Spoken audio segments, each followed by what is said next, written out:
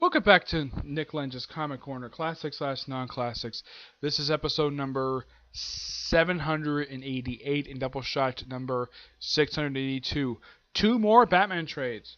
First up is a new printing of Batman, Death, and the Maidens. Written by Greg Rucka, artwork by Claus Johnson. Those of you curious though, what the heck is this series?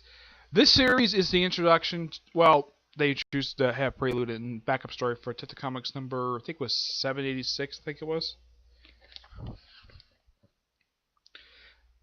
783.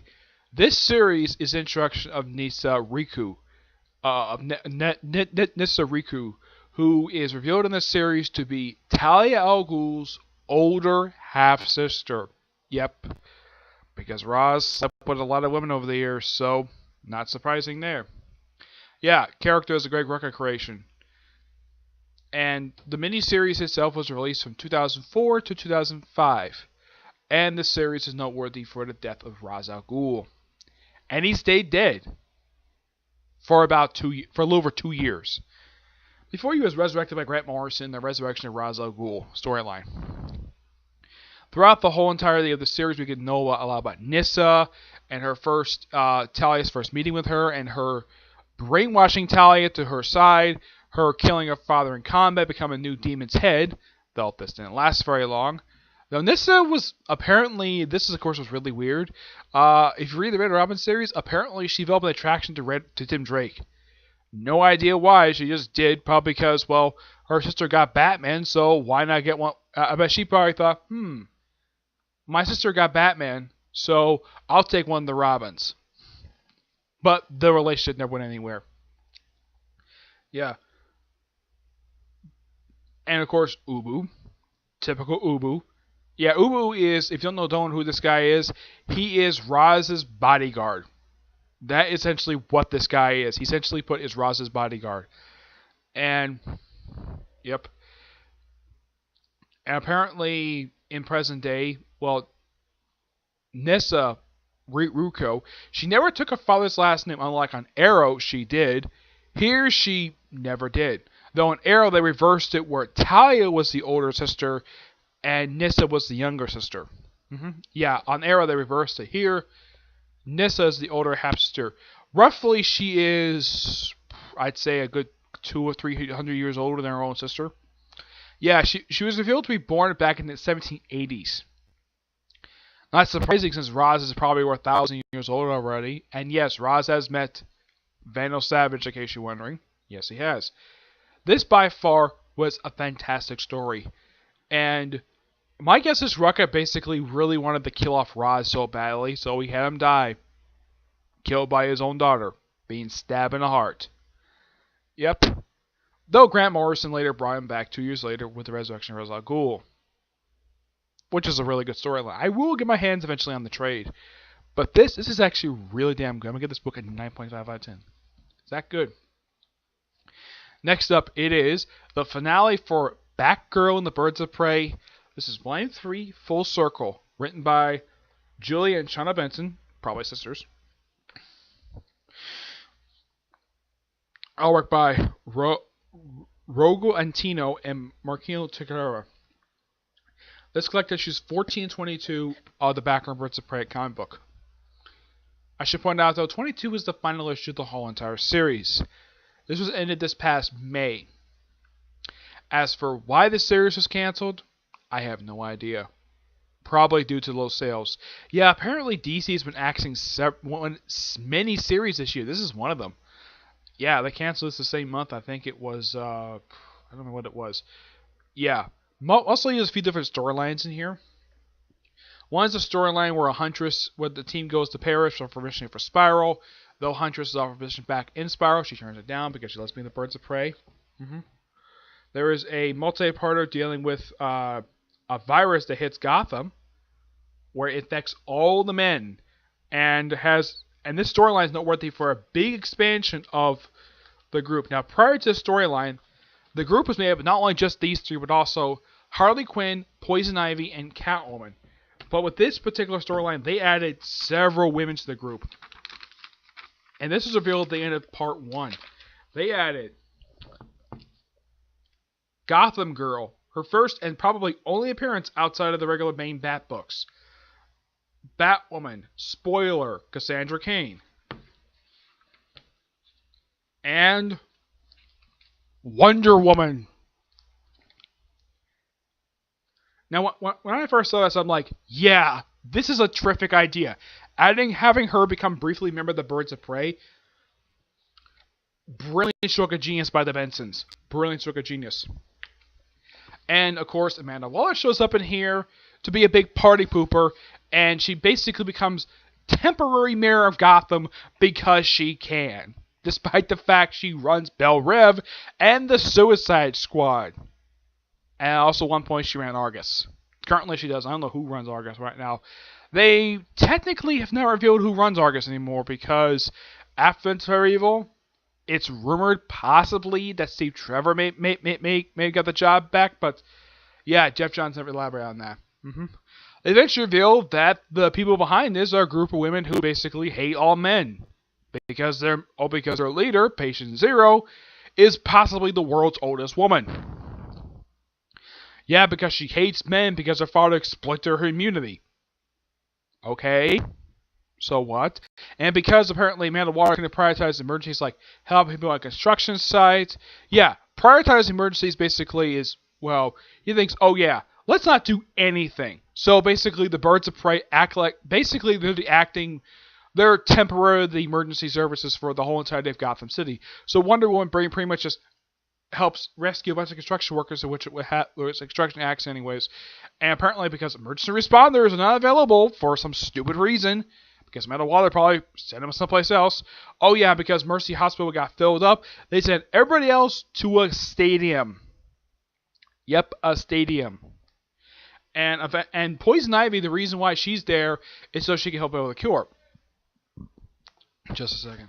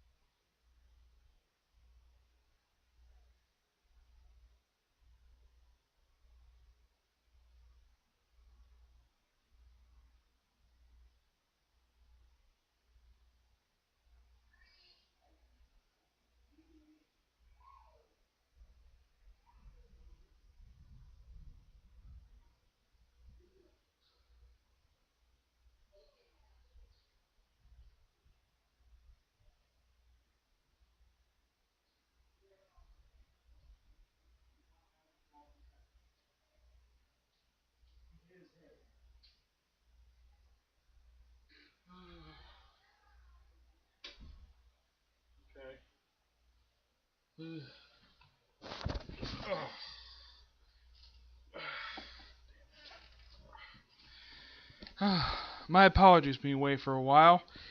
I was watching my nephew, who's here. Anyways, yeah, the whole thing with the whole virus, and apparently everyone got affected by it. The only reason why Selena got involved was because well, they're engaged, so why not?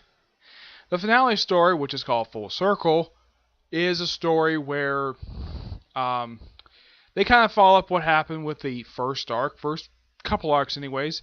Gus, who was basically acting as Oracle for around the first year of the comic, quit being Oracle, and he later died. Yep. And basically, this is the Birds of Prey's final showdown with the Calculator. Also, Huntress's mother comes back. First time since the opening arc, and she was in prison, and then she got transferred to Arkham Asylum for some reason. Yeah, because it turned out that the judge who's him there was bought up by the Calculator. As what happened to this judge, was he ever convicted? Never revealed because the series abruptly ended. Mm-hmm. And he asked me, like, who's Oracle? And Batgirl's like, I'm Oracle. And Black Canary saying, I think I'm Oracle too. And yeah. This by far was a fantastic set of issues. And now the Bensons are writing Green Arrow. Interesting choice though, because Ben Percy moved over to Nightwing. Final thoughts on this particular series. Honestly, I thought the series was really damn good. I thoroughly enjoyed it. The Bensons did a fantastic job writing both Batgirl, Huntress, and Black Canary. Yeah, they were the titular Birds of Prey. We had other members like Catwoman, Black Canary, Catwoman, Poison Ivy, and Harley Quinn. Fantastic idea to add these people. But it's kind of weird, though. They just specifically stuck to the three members throughout most of this entire run. And it's sad to see the series go. I know my friend Tiffany dropped the series for a little while. Me, I kept the series going because I love the Birds of Prey. And I know for a fact the original Birds of Prey was kept by Chuck Dixon and Greg Land. But I think that Bendis did a fantastic job. Basically, it was mostly, I think it took a lot of influence from the Gail Simone run. Not much for Chuck Dixon, which when he was on the Birds of Prey made a spy book. Gail Simone made an actual team book, which was fantastic, and this is the original members.